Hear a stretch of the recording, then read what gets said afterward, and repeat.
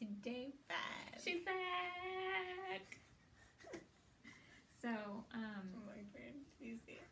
yeah. That's So anyways, we are so excited. we're always very excited. We're very excitable people. Especially when kids are asleep. So we got most of them asleep. You'll see one in and out, hopefully. Hopefully Be quiet. not. So we're on day 5. Romans 8:12 through 17 was your Bible verse that This you were reading. is one of my favorite ones for the study because we get to letter heirs of love.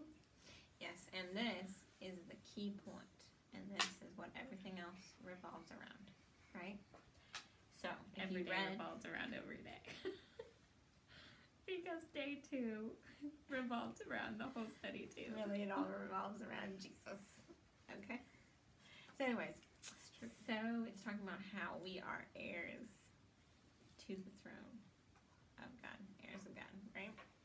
We are heirs with Jesus to the throne. So, I forgot where we go with this.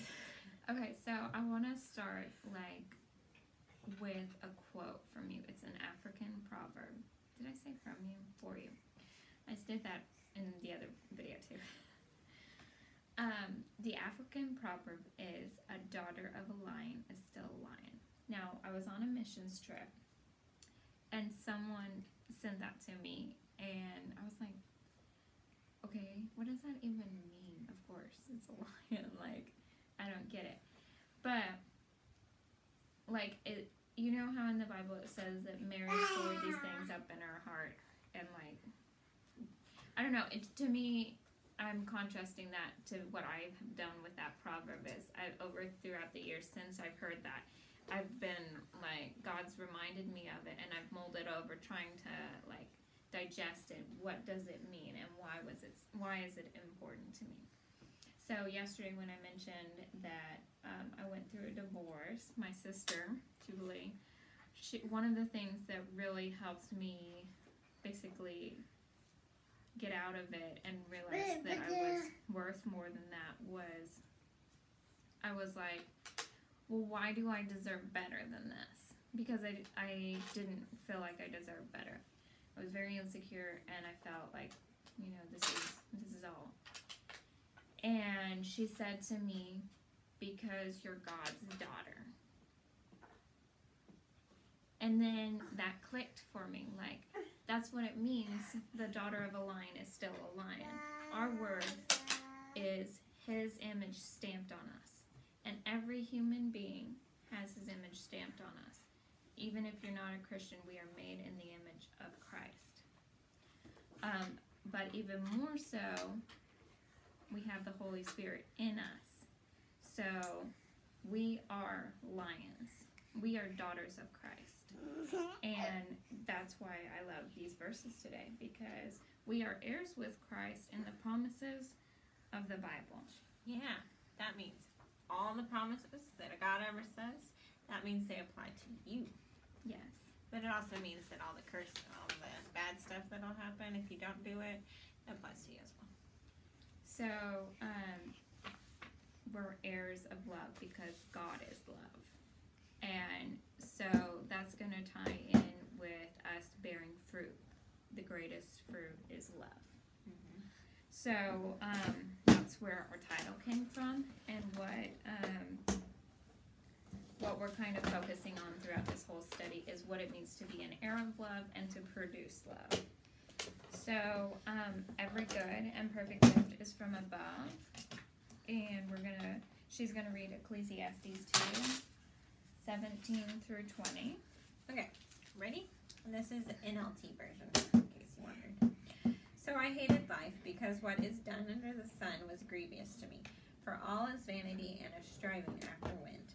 I hated all my toil in which I toil under the sun, seeing that I must leave it to the man who will come after me. And who knows whether he will be wise or a fool? Yet he will be a master of all for which I toiled and used my wisdom under the sun. This is also vanity. So I turned about and gave my heart up to despair over all the toils and my labor under the sun. Because sometimes a person who... I like to include that. So we're contrasting that, like, wisdom and knowledge and all of it is vanity by the world's standard. But by God's standard, every good and perfect gift is from above.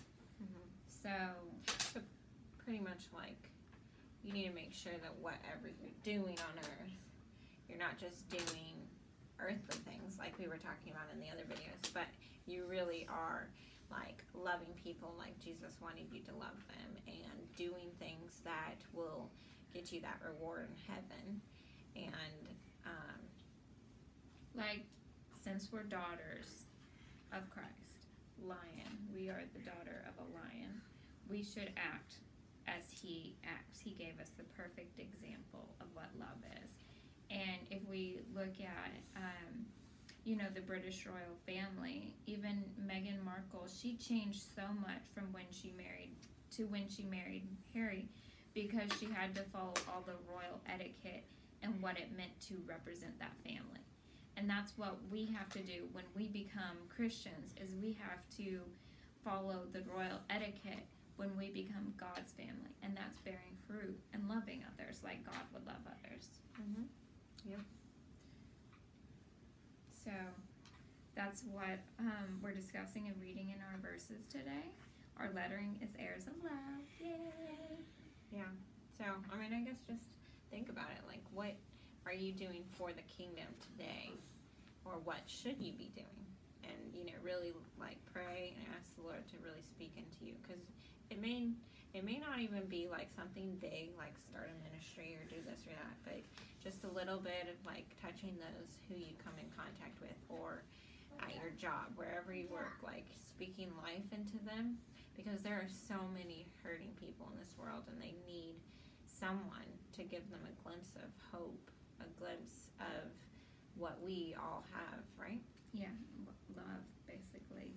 That Jesus said in Revelation that, or not in Revelation, when he talked about at the end times, that the love of many will grow cold, and we definitely see that. We turn on the news, we just talk to people in general, and everyone is just very surface level, and no one's getting to the heart of the issue about how we're all hurting without Jesus, and we all want to be loved. Yep. And so reach out to someone that you like. Sometimes the hardest people to love are the people who need it most. So if you find someone really annoying, I was just talking to someone about this the other day, is that some people in the past that have really annoyed me initially when I met them, I decided that I would get to know them and be friends with them, and they ended up being some of my best friends, and they just had a lot of pain and hurt, and that's why they would react the way that Or they had a shell up to block. Yeah, because they didn't want to be hurt again. Yeah. Everyone has their own story and their own history that they're dealing with, and God can redeem every single story, but it's a matter of letting the Holy Spirit work through you and just through them, in them. So anyways, well, that's all we have for you today. So remember, #heirs of love, and tag us in it. We can't wait to see it. Yeah. And we'll see you tomorrow for day 6. Yay! See you later.